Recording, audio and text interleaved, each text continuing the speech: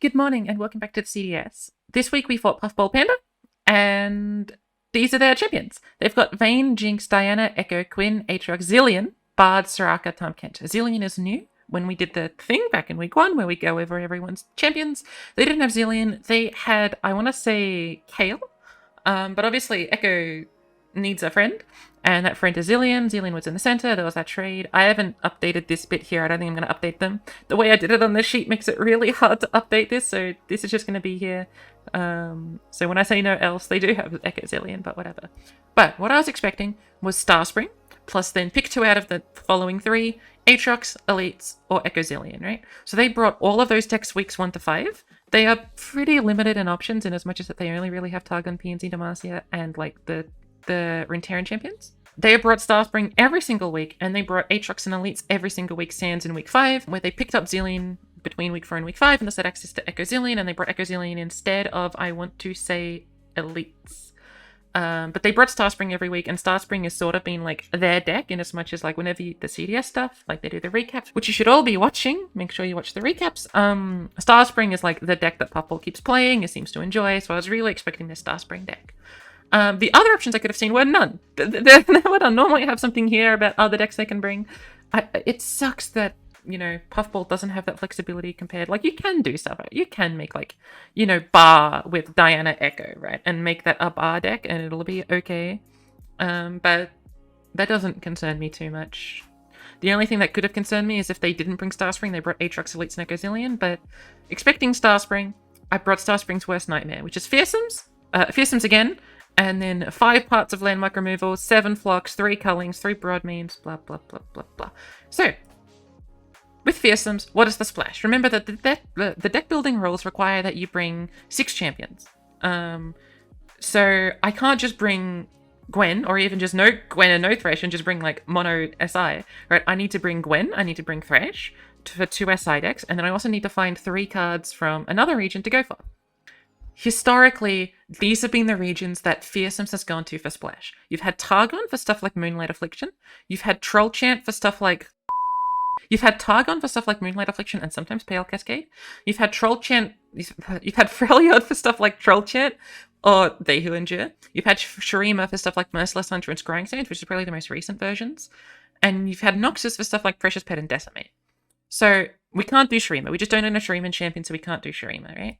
We can't do Noxus because, as I said, like, Darius will be used for, like, the Noxus control deck.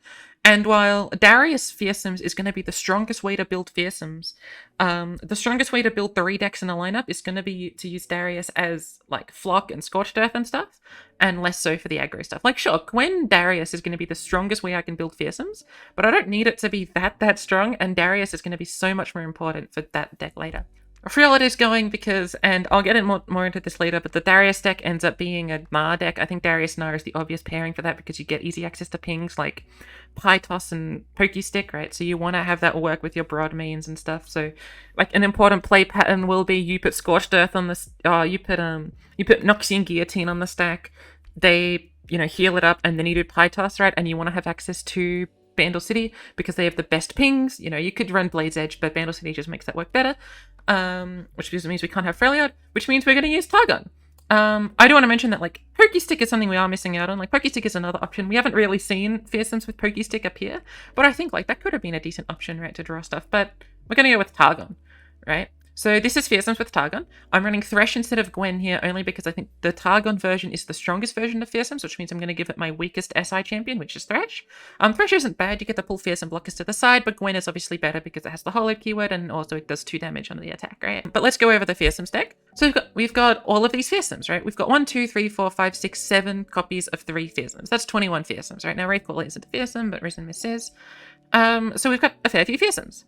I've got Soul Cleave and Fading Memories to get even more Fearsomes. Soul Cleave on Wraithcaller is like a pretty well-known combo, right? If you do Wraithcaller on 4 into Soul Cleave on 4, that is 20 damage because you've got 2 Wraithcallers that are ephemeral and 3 4/2 Fearsome Mistwraiths, right? And that's a 7 mana combo, so you can spend 3 mana before that. This is important for some math that we'll do later on, but it means that we can do Mistwraith, pass, only burn 1 mana, then do Wraithcaller Soul Cleave, and because Wraithcaller takes 5 spots on the board, you have space for exactly 1 unit, and that 1 unit will typically be Mistwraith, Arachnoid Horror, or Phantom Butler. There are times where you have the attack token on turn 3. So you do stuff like Horror on turn 2 and then Horror on 3 and Onlooker on 3. And at that point, you can't do Wraithcall or Soul Cleave on 4 or 5 because you don't have the board space for it. In those positions, you typically just do Wraithcaller on 4 and then Soul Cleave on the Mist Wraith or on your Frenzied Skitterer or something. Right, doing it on your Mist Wraith still adds another Mist Wraith and +2/+2 to all of your other Mist Wraiths, but it doesn't have the board space issues that Wraithcaller will have. We'll only summon 1 Wraithcaller and 1 Mist Wraith, or maybe 2 Wraithcallers and 1 Mist Wraith, which means you're actually getting only like what you're getting less fearsome damage through, because at that point in the game, right, your non-fearsome attackers don't matter, right? Every non-fearsome attacker that you have won't hit the Nexus, because everything that does hit the Nexus is fearsome, so everything that isn't a fearsome blocker will hit your non-fearsome blockers, your non-fearsome attackers, right? I know I said a lot of words there, but the 1, 2, 3, 4s are really important with how this deck plays, right? If you wanted to play like this deck on ladder for some reason, right, just be wary that the way you need to play is be wary that before turn 4, you've only really got like 3 mana to manipulate with, and because all the good fearsomes are 2 mana, right, you're gonna burn a mana, or you're gonna play Onlooker on 3, but that means it's your attack token, which means everything's a little bit awry and you have to worry about board space. Let's quickly go over their deck, because it'll be important for something I want to bring up. This is Starspring. Now, they change Starspring every week. I'm not just talking about like bringing Youngling in and, you know, when Youngling was added, but also things like they've changed the amount of Sunbursts and Hushes every week. So 1 week they didn't bring Hush, 1 week they didn't bring Sunburst, etc., etc. They changed these cards. I think 1 week they were only on 1 Shakedown, but in general, like, this is what they've brought. They've brought a few Star Shepherds. 1 week they didn't bring Star Shepherds, but they bring Star Shepherds. They always have 1 Divergent Paths. They always have 3 Astral, 3 Guiding, all this sort of stuff. But importantly, you may have noticed when we're looking at this that I'm running 2 of Soul Harvest. Now, Soul Harvest might seem a little weird in as much as, like, Soul Harvest seems anti-synergistic for a fearsome stack, because I'm going to be attacking through either their 3 strength units, right, so they will trade, or I'm going to be avoiding their 1 or 2 strength units. So Soul Harvest will destroy a 3 strength blocker, but against 1 and 2 strength blockers, it sort of seems unnecessary. But if we look at specifically what sort of cards they have, Soul Harvest will kill Youngling and Protector, things that cannot block, so they're not going to die through combat. So they can only die through Soul Harvest, and killing a Broadback Protector through Soul Harvest is phenomenal, right? That's so much... tempo is less important here, because it's not like Protectors trading into our units. But in terms of mana, right, it's very cheap for us to do, and it's going to prevent them from healing 9 health, right, which is quite valuable. And the only way they can prevent this is Bastion or Double Pale Cascade. It's the same with Tahm Kench. Often some of their play patterns that they need to do is Kench on 4 into eating a Mist Wraith, and I can let them do that, and then Soul Harvest Kench and steal the unit back. And because it's like the same mana as Tahm Kench, if not too cheaper, because they have to spend the thing, this is a pretty good trade for us, right? Or by having this in our deck, we are forcing them to pass with Tahm Kench because they can't justify losing to Soul Harvest. So I get to develop units and still threaten Soul Harvest, or I get to develop units because I'm going to go wide and that's still good enough.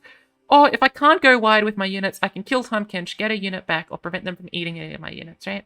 So Soul Harvest is really, really nice as a 2-of. I think this is the cleverest card I've got in this deck. Not that it's anything like super special, but for these matchups, Soul Harvest is really good. Unlike other matchups where Soul Harvest doesn't really do much. It kills 3 strength units, but that's not too important. Obviously, it kills Boxtopus if they're not holding up Pale Cascade, which does happen rather regularly. If they have the attack token on 3, a good play for them is Boxtopus into Astral Projection. That's one of the few ways they can stabilize, and Soul Harvest beats that hand, right? And that is something that they have to mulligan for and hope for, because the only way their deck beats Fearsomes is Boxtopus, Astral Projection, Boxtopus, Boxtopus, then like Soraka into Wish, and then trying to like awkwardly race me while also having the Boxtopus and the Astral Projection to block down, then having Pales for like the Fortune Corrector. It doesn't really work, but in their best hands, the hands where they've got multiple Boxtopi, in the hands where they've got Astral Projection, and they have to tap under Pale to try and deal with my aggression, Soul Harvest bails me out. So Soul Harvest makes my bad matchups into Soraka Tahm Kench, like their good hands, my bad hands, into much better hands for me. Finally, there's an SI Tailstone. This is just to push 2 extra damage. It's close between that and 3rd Soul Harvest, I think. One good thing about this is that it can kill the Starspring landmark. And talking about the other matchups, it doesn't really... I didn't focus on the other matchups too much, but Crumble kills Echo, Crumble kills Aatrox, Crumble kills, like, Ranger Knight Defector. These sorts of things. It's not something I focus on too much. I never scrimmed those at all. I only scrimmed the Starspring matchup, which I scrimmed a fair few times. You know, maybe like 6 or 7 times with each deck.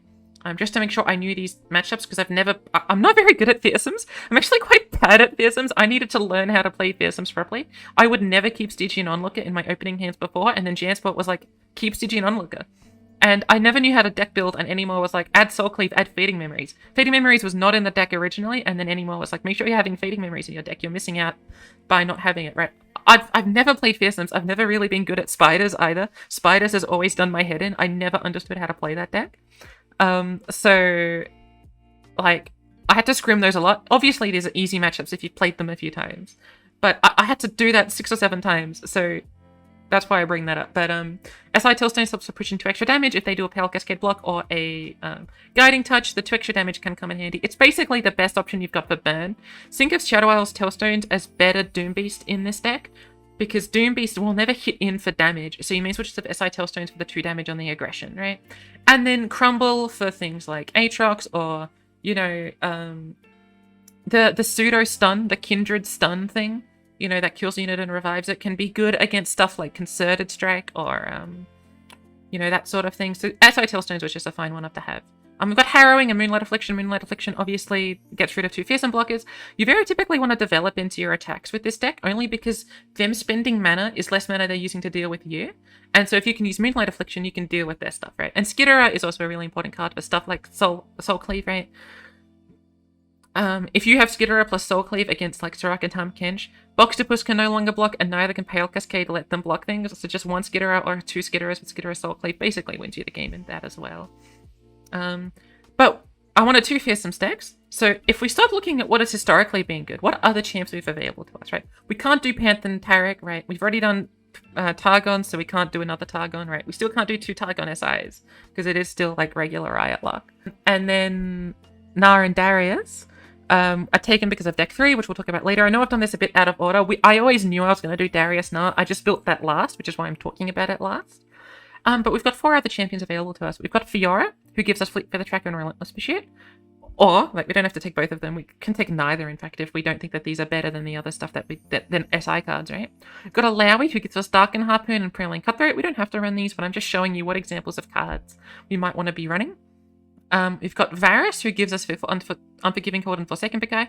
And we've got Shen, who I haven't given anything like Syncopation or Deny or Twin or anything you're thinking of that makes this work. It just doesn't matter, right? You're never denying anything. There's nothing to deny except Sunburst. Syncopation doesn't really matter, right? It's not going to be better than anything else, you know. Twin Disciplines is not better than SI Tailstone, right? Like, unfortunately, Shen doesn't make any sense. And I went with Varus. I think Varus is a really good choice.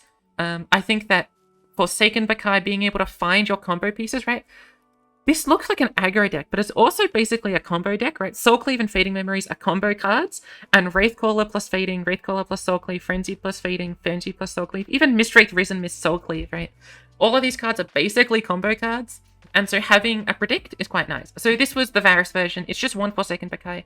I didn't want to ruin the odds too much. I didn't think it was that important to, and in the second, you know, card, we have 2 Moonlight Afflictions, we've only got 1 Forsaken Picai, was a Buru Sentinel. Buru Sentinel gives you, like, the highest of high roll hands, where you do Buru on 3 and Wraithcaller into Soul Cleave on 4. Very, very importantly, when I was talking earlier about the mana, this is where Forsaken Picai and Buru Sentinel really, really shine, and why I think this version is so much better than the others, is because you've got 10 mana on turn 4, right? That's how much mana you have. 7 of it is on Wraithcaller and Soul Cleave, so you've got 3 mana to spend on previous turns. If your attack token is on turn 2, which is when you want to do the Soul Cleave on the Wraithcaller, you can only afford 1 mana and 2 mana, or 3 mana, right? So you can do Bakai on 1 into Arachnoid Horror on 2. That way, Bakai can hit in if their hand is Boxtopus, and Forsaken Bakai, if you've got the attack token on 1, can hit in, and then you can do a 2-drop, and then decide what to do with your time later on. So having that 1 extra mana to spend somewhere on a Forsaken Picai is nice. And Buru Sentinel is a 3-drop because being able to spend 3 mana is nice. Otherwise, you're only ever spending 2 mana. If you're attacking on evens, you're only spending 2 mana and then you're passing, right? There's no other reason to play anything else. Because you want to do the Wraithcaller Soul Cleave thing on turn 4. Right? If your hand is Skitterer, things get different because you can spend mana, right? Skitterer Soul Cleave only costs 6 mana instead of 7, so you can spend 2 mana on something else. Right, so you can do Mistwraith, Skitterer, Soul Cleave, but sure, this is why it's like this, basically. The other reason why I like Varus over any of the other options is Varus's champion spell.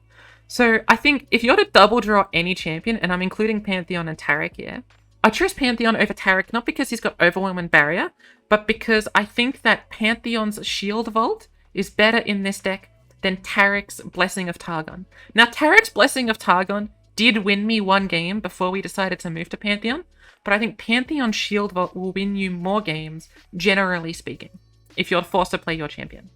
And if we go back to this, I think Varus's champion spell, where you get to pull things to the side, especially into Wraithcaller, I think will be a lot more usable than something like Shen Stand United, which costs 10 mana, because remember, Shen's useless, right? We're never using Shen for Shen. So the only value of Shen is 10 mana for Stand United. Alawi's Tentacle Slam doesn't matter at all. Fiora's Riposte is pretty decent, but I think what ekes out Fiora's Riposte from Varus is that Forsaken Bakai is probably better than Fleet Feather Tracker. But it's close, right? The difference between Varus and Fleet Feather Tracker is pretty close. And I think you can make a justification that Fiora is also just as good, right? Because Fiora also has Challenger, right? So you can pull things to the side. But I like Varus for Forsaken Bakai a lot. And then finally, here's Noxus Control. I don't think we can talk too much about this deck. I don't think it's that interesting. The fact is, like, we've got 3 Scorched Earth and 2 Bandle Tailstones. This is 5 landmark removal. They will never have the landmark. And then, even though they've got 1 landmark destruction, I have to have a win con at some point, right? Not only because, like, win cons are how to build decks, right? You need to have decks that have win cons, right? Very technically, against Starspring, I am allowed to mill them. I can mill a Starspring deck. I basically did against Animal one time because he destroyed my tree and my last 2 trees were my bottom 5 cards. So I did mill Any once doing this matchup, but look, I think Tree is a pretty simple card to have as just a win the game thing, right? It doesn't have any deck building costs. It's just 1. You just need 3 copies of it and then that's it. You don't need to run anything else. Like Faron, you need to draw like 2 Farons to have that basically win the game. But Tree, you know, pretty much wins the game. Funnily enough, one game I had against Jansport involved me having Mahaira. I got Mahaira Aspect of Justice from Bandletree, and so I won because I Mahaira'd them down and then played an 11-11 Darius with all my, like, big house fighters and stuff. But anyway, right. Scorch just killed landmarks. Noxian Guillotine kills, you know, units like Boxtopus. Culling Strike kills Boxtopus and also Soraka and also Tahm-Kench. Minimorph also kills Tahm-Kench or Soraka if, you know, I somehow don't have 3 Cullings or something. Pytos, Pokey, and Broadmean all work together, right? Typically, a common play pattern will be their Soraka will be a 1-5. I play Broadmean, they heal it up. I play Pytos, Soraka is dead. Same with, you know, anything else that they play.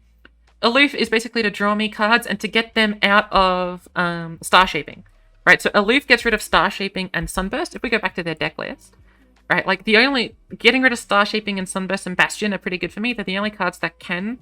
Like, if I draw my worst hand and they draw their best hand includes Star Shaping and Sunburst, right? Sunburst to kill Broadmean, Star Shaping to get them, like, an actual win condition. So Aloof Travelers lets me deal with any of that sort of nonsense. And then House Spider's Controller just is just to go wide to block down, right? And then Darius and Na are just sort of, like, there. They need to be there. I don't think they're bad, but remember, we're winning this game technically through Tree, but in reality, it's the fact that they cannot do anything, right? Like, this is genuinely just, like, an awful, awful experience as the Starspring player, because they can't get through Culling, they can't get through Noxian Guillotine, and the only way to kill Broadmean is Shakedown or Sunburst, both of which aren't particularly good for them. So, you know, this deck wins, right? That's why Darius was here. Extremely minor aside regarding non-Starspring stuff, because remember, even though I'm going to be really good into Starspring, I will fight a non-Starspring deck once, only because it's better for them to go 1 and 2 than for them to go 0 and 2, and so I will fight a non-Starspring deck at some point. So their 3 options were Echozillion, Aatrox Vein, and Cartwheels. If they play Echozillion, if they've got Fallen Feline, I might have to ban it, but if not, the only thing I have to be wary of is Voices, see if they can proc it on 4 by having Secret Keeper on 3. If they've got Elites, I can try to win through Harrowing, but it will lose her Champion Strength. And if they bring Cartwheels, it's a pretty okay ban. It's probably the weakest out of all of these, but if they have Harp Valor, it's quite scary. Importantly, 2 of these decks have 2 card combos that beat Fearsome, right? Secret Keeper and Voices beats Fearsome. Harp and Valor beats Fearsome. So the only one that doesn't have a 2-card combo, but instead a 1-card combo, is having Champion Strength. And for me, that's why Elites is ban priority number 1, right? Just because the only way that I can beat Elites involves them not having Champion Strength, or the only way I can beat Echozillion and Cartwheels is them not having Harp Valor or Secret Keeper. Numbers-wise, it's more likely that I'll beat Cartwheels or Echozillion than Elites. That's basically it. I hope this was short. How long was this? I hope it was shorter than the previous ones. Good, only 20 minutes. That's not too long. I hope you enjoy the montage. Goodbye and try not to die.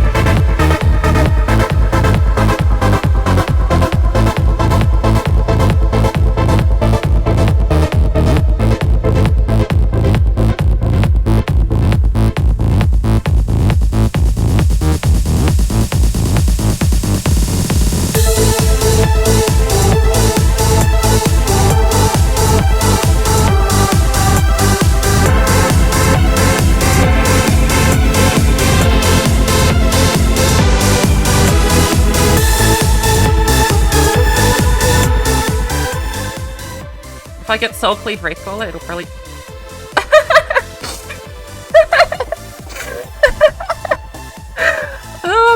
Okay, so do they have interaction? Do they run...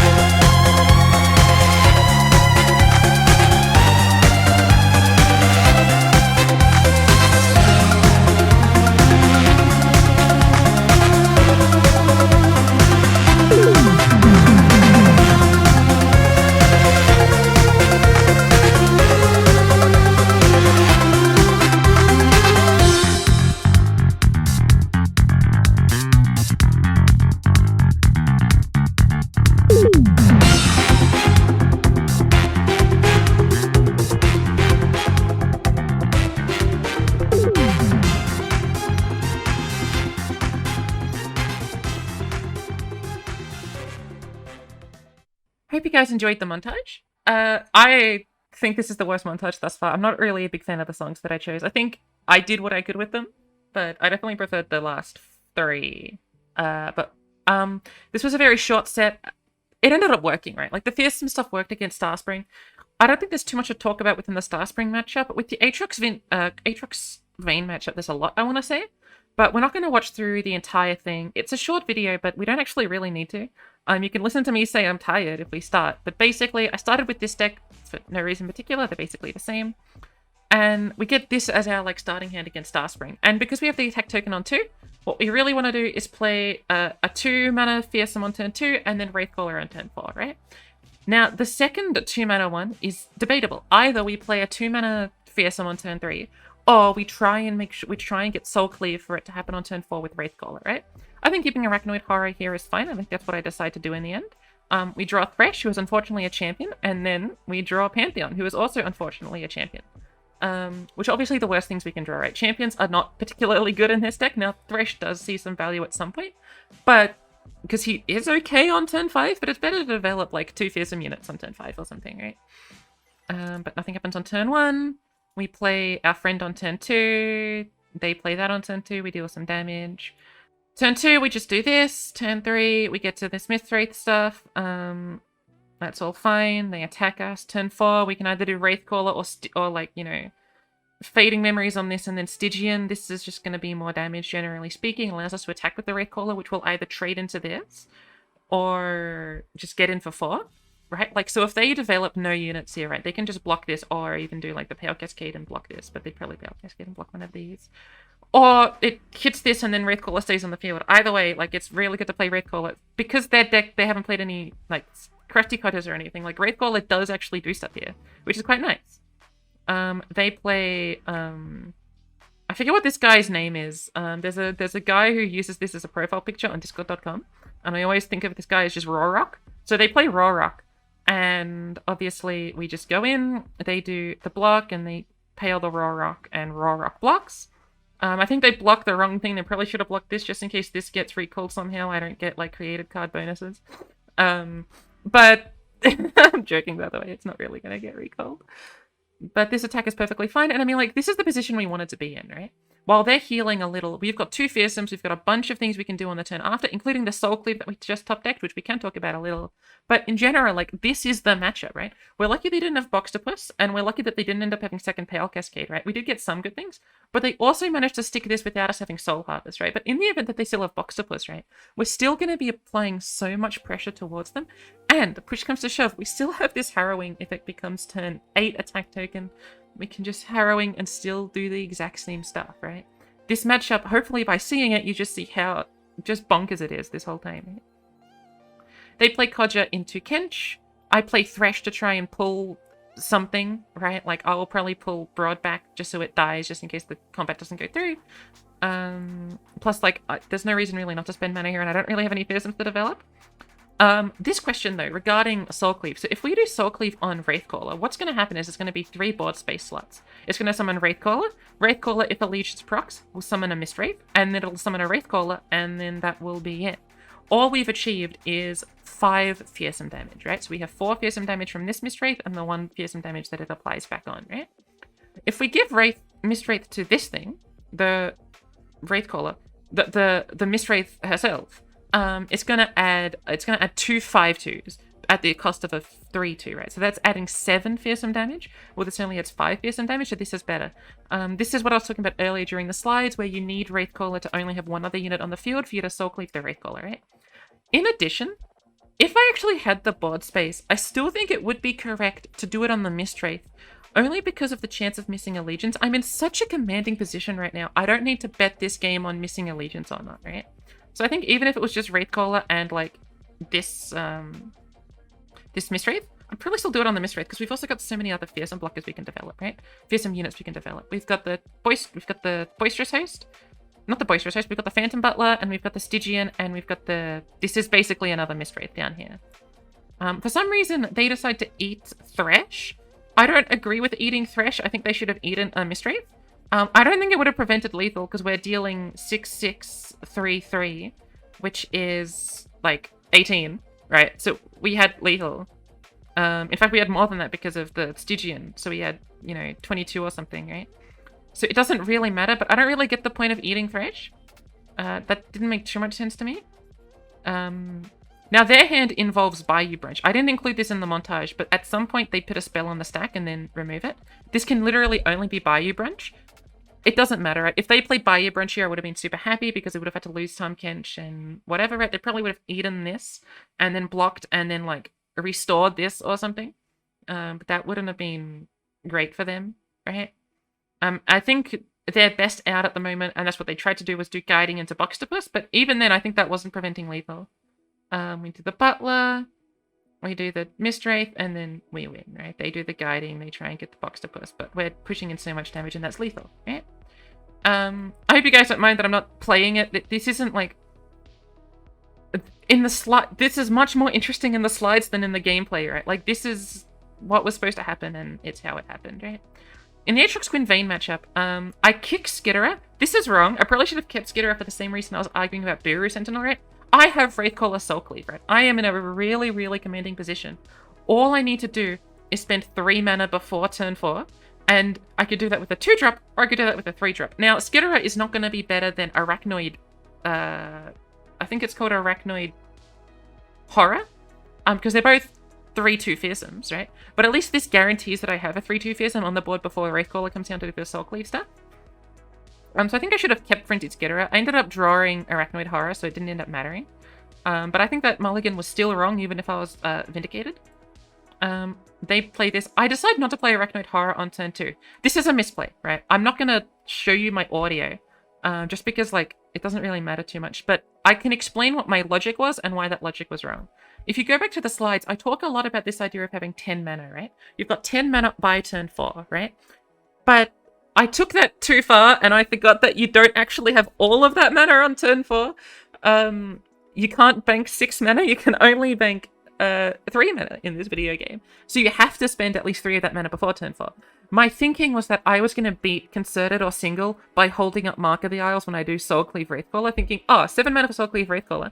I need 2 mana for Mark of the Isles. I can just spend all that mana on turn 4 to guarantee Wraithcaller proc. That didn't work. Obviously, you can't bank more than 3 mana in Legends of Runeterra, the video game released by Riot Games in 2020. But that was the logic. That's why I passed with Wraithcaller, with Arachnoid Horror.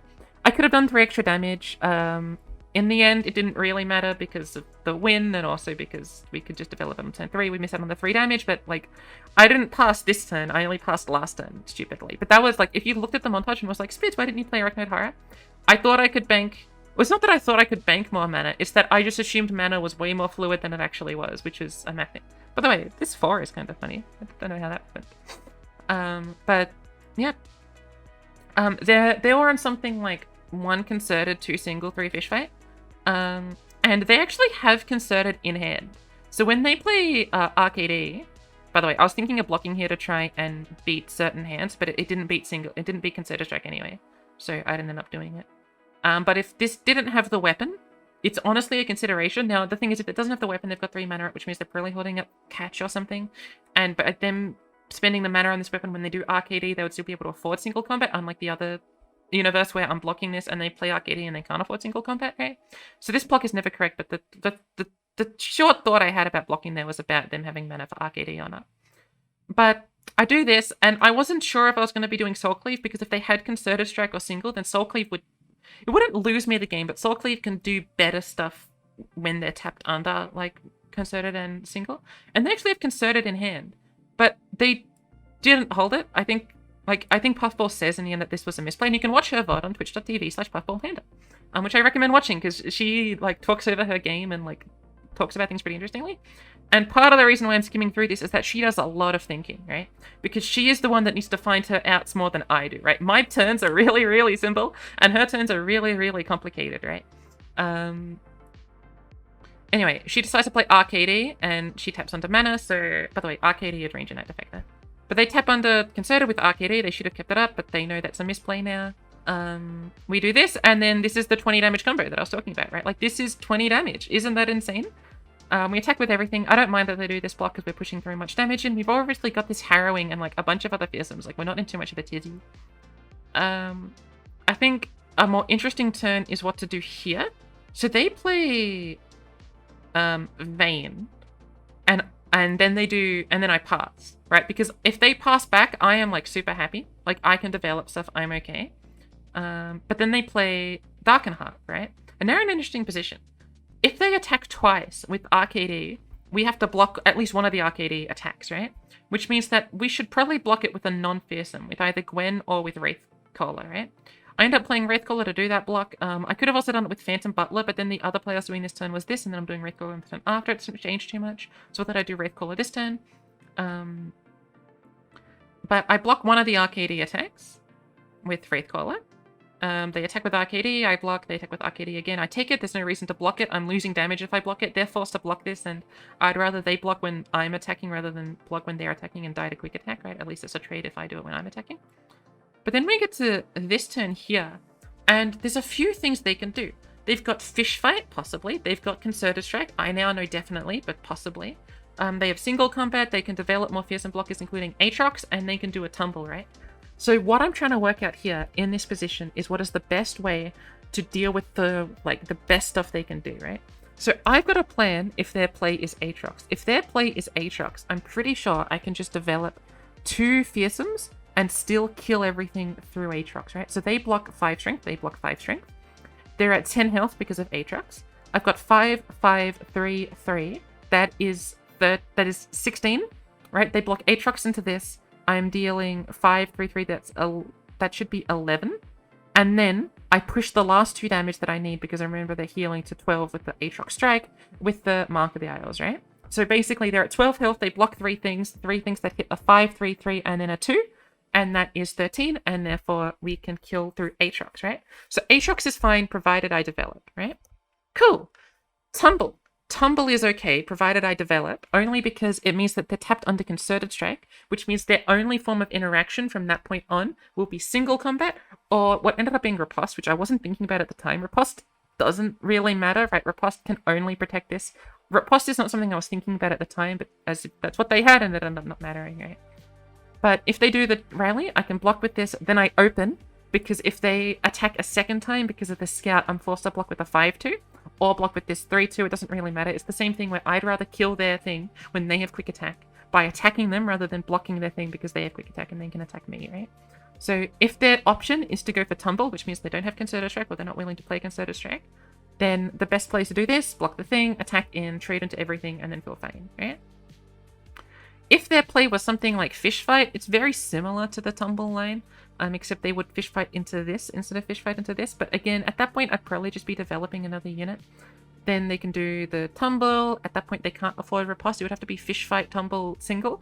And at that point, I'm still getting a lot of board-based tempo. And at that point, they've lost like 3 of their cards in hand. And I can play for a sort of late-game game plan with Gwen and Harrowing. Right. In this position, I am in such a winning position.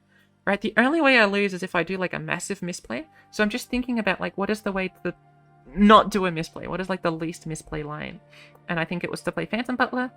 But most of their hands I can beat. The hands that I can't beat are the ones with like 2 single combats or concerted single.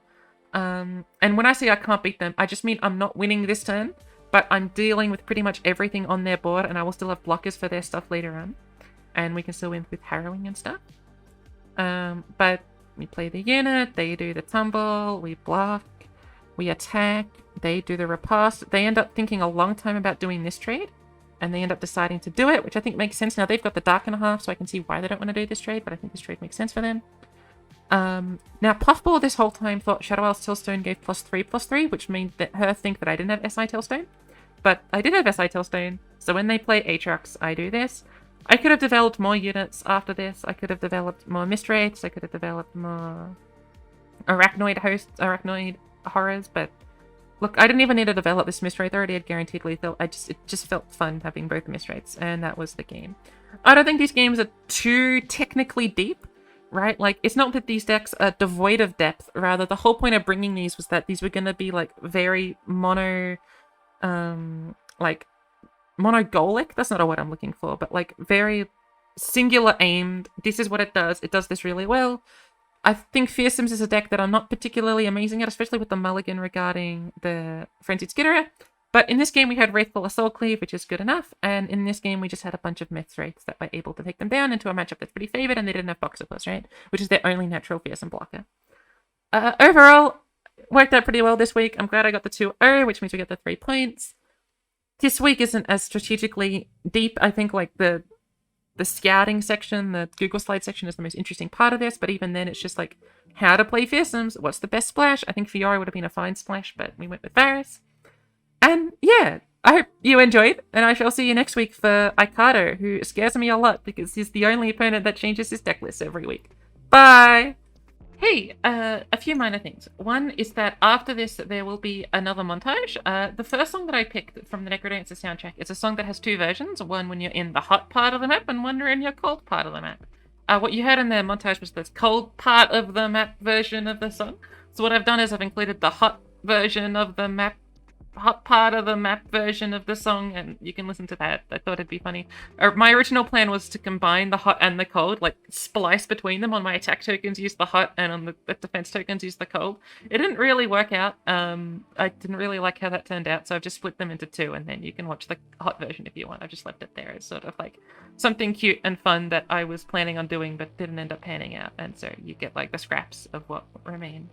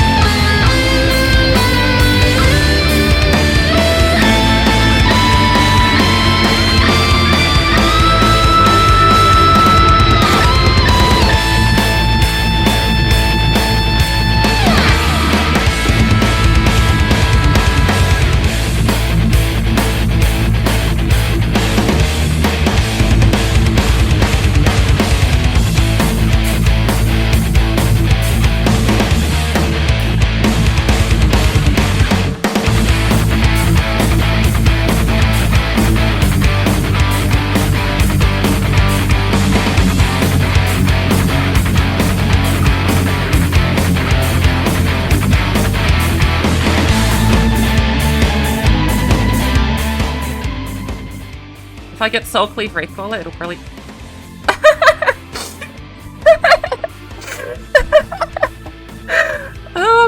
Okay, so do they have interaction? Do they run...